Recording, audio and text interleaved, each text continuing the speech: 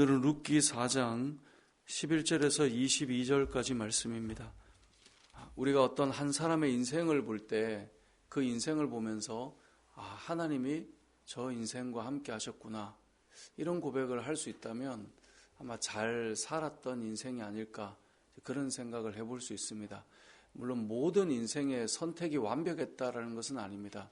어떤 때는 왜 저런 선택을 했을까, 왜 저때 모압으로 갔을까, 이런 생각을 할 수도 있겠지만, 그래도 그 사람을 보면 우리는 하나님을 찬양해야 돼, 너의 인생을 보니 하나님께서 이렇게 역사하시잖아 라는 고백을 한다면 그 인생은 분명히 하나님을 간증하는 인생이 되고, 그 인생은 하나님의 역사가 담겨있는 인생이다 라고 말할 수 있을 것입니다. 이제 우리의 인생이 그랬으면 좋겠는데, 오늘 본문에 등장하는 나오미의 인생이 바로 그런 인생입니다.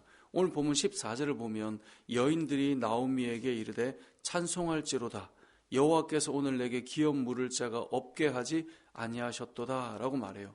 그러니까 여인들이 나와서 나오미를 보며 찬양합시다 라고 말하는 거예요.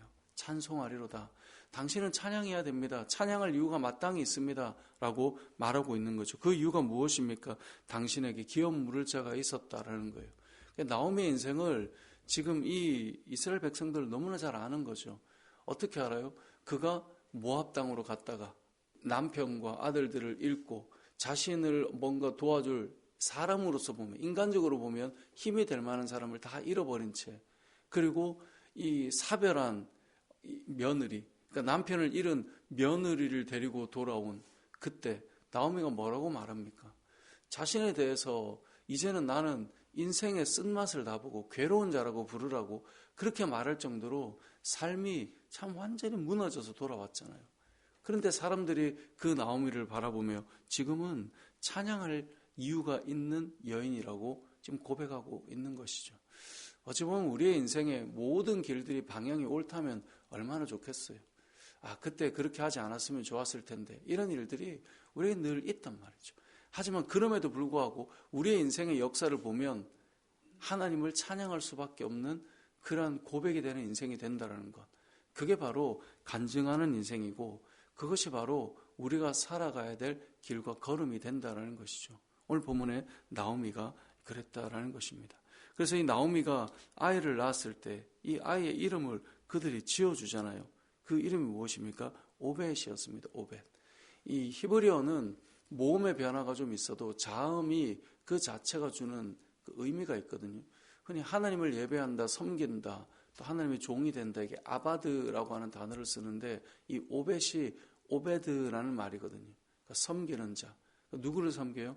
나오미에게 충분히 그의 인생의 봉사자가 되어주고 또 할머니를 잘 돌보아줄 그런 사람으로 이 오벳이 태어났다는 의미를 지금 가지고 이름을 지어주는 거예요. 그래서 나오미가 아기를 받아 품에 품고 그의 양육자가 되어서 나오미가 양육자가 되어주는데, 또 이 아이가 나오미의 봉양자가 되어준다라고 15절에 말하고 있어요. 이는 내 생명의 회복자이며 내 노년의 봉양자라.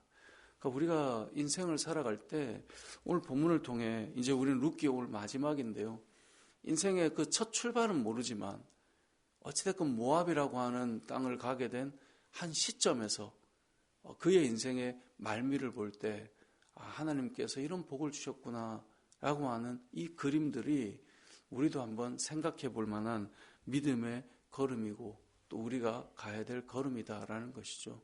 저와 여러분의 인생에 이 2025년을 우리가 시작할 때 이렇게 출발하는 지점에서 우리가 한 해를 이렇게 펼쳐놓고 마무리를 할 때 하나님 앞에서 누군가가 여러분을 보면서 하나님께 정말 감사하고 찬양할 이유가 있네요, 이런 고백을 한다면 그게 얼마나 큰 은혜겠습니까? 그것은 자신 개인의 인생일 수도 있고, 또 며느리로 인해서 자녀가 태어나서 정말 이제는 지난 그 시간들의 눈물을 다 닦고, 왜 또 부모는 자식 때문에 힘을 얻잖아요.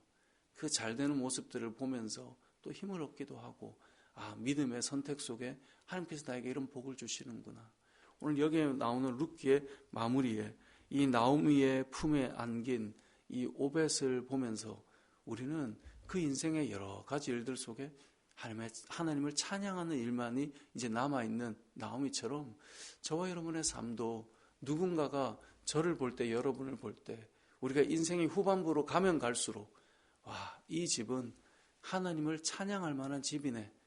이 집은 하나님께 감사할 일들만 자꾸 넘쳐나는구나. 이런 고백이 우리에게 일어날 수 있도록 우리의 선택과 방향이 오늘 모압에서 다시 베들레헴으로 돌아왔던 이들의 모습처럼 우리도 방향이 하나님께로 계속 향하게 된다면 이러한 은혜가 임하게 될 텐데요. 세월이 흐를수록 여러분을 보면서 사람들이 하나님을 찬양하고 감사하는 일들이 많이 흘러났으면 좋겠습니다. 오늘 본문에서 또 한 가지 알 수 있는 것은 이 베레스의 계보를 이제 우리에게 보여주고 룻기를 마무리합니다. 성경을 잘 보다 보면요, 구약 성경에 이 족보가 이렇게 흩어져 있는 곳곳에 그걸 잘 연결하면 이제 마태복음에 예수님의 계보가 연결이 되거든요. 근데 그 흩어져 있는 곳곳마다 하나님께서 어떻게 그 계보들을, 그 가정들을 믿음의 가정으로 예수 그리스도가 나오기까지의 그 계보로 이어가시는가를 보여주면서 이렇게 마무리를 하는데, 오늘 본문에 등장하는 오벳은 누구인지 설명을 해주죠. 오벳은 다윗의 아버지인 이새의 아버지였더라 라고 말씀하고 있어요. 이 말은 뭐예요? 오벳은 다윗의 할아버지죠. 그죠? 할아버지고 보아스는 다윗의 증조 할아버지가 되는 거죠. 그러니까 오늘 본문의 내용은 잘 생각해 보면 이 믿음의 가정의 계보가 이어져 가고 있음을 보여주는 거예요. 이러한 내용은 사실 이 청년 때는 잘 모르는 것 같아요. 머리로 이성적으로 공부는 하지만 결혼을 하고 자녀를 낳고 보면 믿음의 가정을 세우고 싶고 또 자녀에게 믿음의 유산이 이어졌으면 좋겠고 또 나보다 더 많이 하나님을 경험해서 세상 곳곳에서 살아계신 하나님을 선포하며 살았으면 좋겠고 이런 마음들이 아마 여러분에게 다 있으실 거예요. 저도 마찬가지고요. 그것이 지금 담겨 있는 거예요. 그래서 여기 보면 21절에 살문은 보아스를 낳았고 보아스는 오벳을 낳았고 오벳은 이새를 낳고 이새는 다윗을 낳았더라. 요즘 워낙 개인주의적 이 사회이기 때문에 그래서 뭐라고 말하는 사람이 있을지는 모르나 우리가 믿음으로 자녀들을 양육하고 있는 모든 사람들은 이게 어떤 느낌인지 알죠. 다윗의 할아버지였구나. 이 집이 다윗의 할아버지였구나. 룻이 다윗의 증조 할머니가 되는 거구나. 기업 물을 자가 된다라고 하는 그 은혜를 입은 여인에게 그 집안과 그 가문에 이런 일이 일어나는 거구나. 그 집에 한 사람들이 모였을 때마다 믿음의 이야기를 할 때마다 이런 계보로 이어졌습니다라고 하는 그 고백들이 이렇게 이어져 가는구나. 저는 우리 성도들의 가정도 오늘 본문에 나오는 것처럼 믿음의 유산이 잘 이어져서 요즘에는 너무 많이 끊어져 있잖아요. 요즘 다음 세대가 정말 많이 사라져 가고 있잖아요. 부모 세대의 그 믿음의 유산이 기도하고 눈물 흘리고 하나님밖에 없다라는 그 고백을 할 때 정말 그런 것 같아요. 우리가 개인의 믿음에 간증을 하는 사람들 여러 이야기를 하지만 결국 가정을 세우고 자녀를 낳고 하면 우리의 마음속에 늘 있죠. 하나님께서 이 아이의 인생에 주인 되어 주시면 그걸로 충분하다. 저도 우리 아이들에게 늘 말해요. 늘 아빠가 너희들에게 물려줄 수 있는 유산은 세상에서 말하는 물질은 정말 하나도 없다. 하지만 아빠가 믿고 있는 하나님을 너희가 믿고 만나기만 하면 그 외에 더 큰 것은 없는 것 같다. 그리고 지금은 이제 저도 아이들이 다 미성년자니까 미성년자 아이들이 20대가 될 때까지 제가 잔소리하면서 그래도 살아갈 수 있도록 해주는 힘이 되게 하는 게 그냥 제가 세상을 살면서 이건 꼭 필요한 것 같더라. 왜냐하면 제가 계속 뭘 해줄 수는 없으니까요.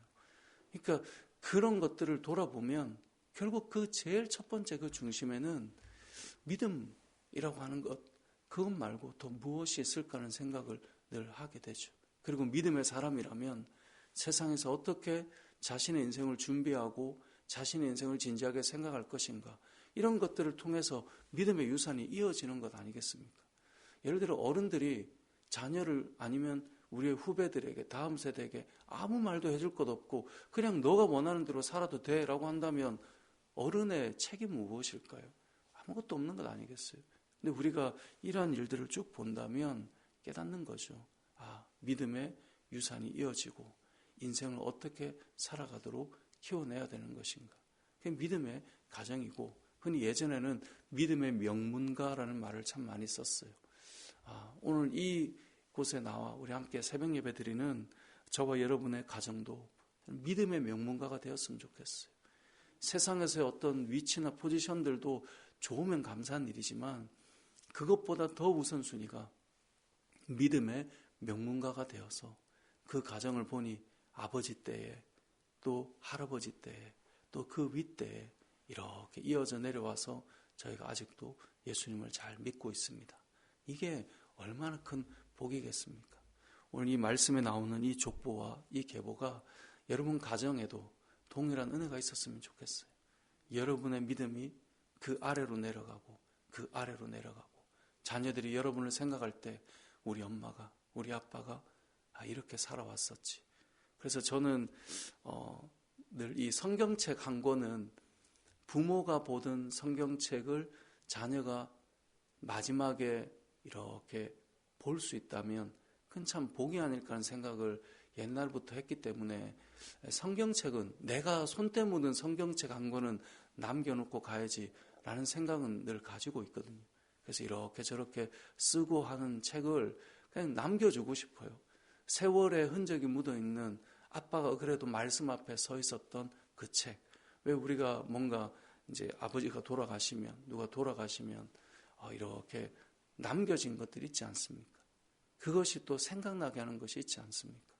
여러분을 통하여서 믿음의 유산이 잘 이어져서 역시 단순히 예수 그리스도의 족보다라고 하는 것으로 끝나지 않고 여러분의 가정이 믿음의 가정으로 잘 세워져서 여러분의 마지막 모습에 하나님의 영광과 또 후손들이 그 믿음을 따라갈 수 있는 귀한 믿음의 명문가들을 잘 세워가는 저와 여러분의 삶이 되시길 주님의 이름으로 축복합니다.